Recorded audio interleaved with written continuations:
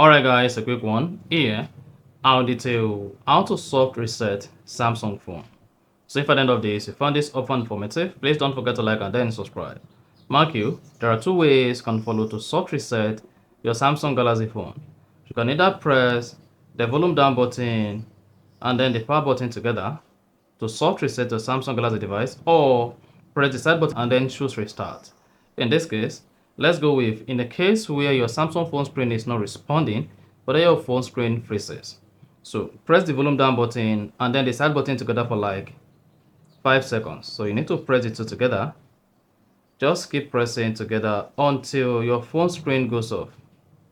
And then once it goes off, you can let go of the key. And then your Samsung phone will restart automatically.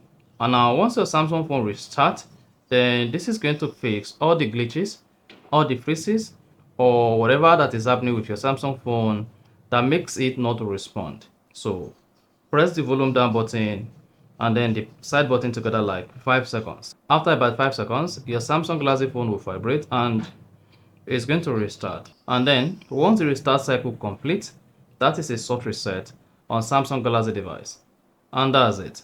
If you found this offer informative, please don't forget to like and then subscribe.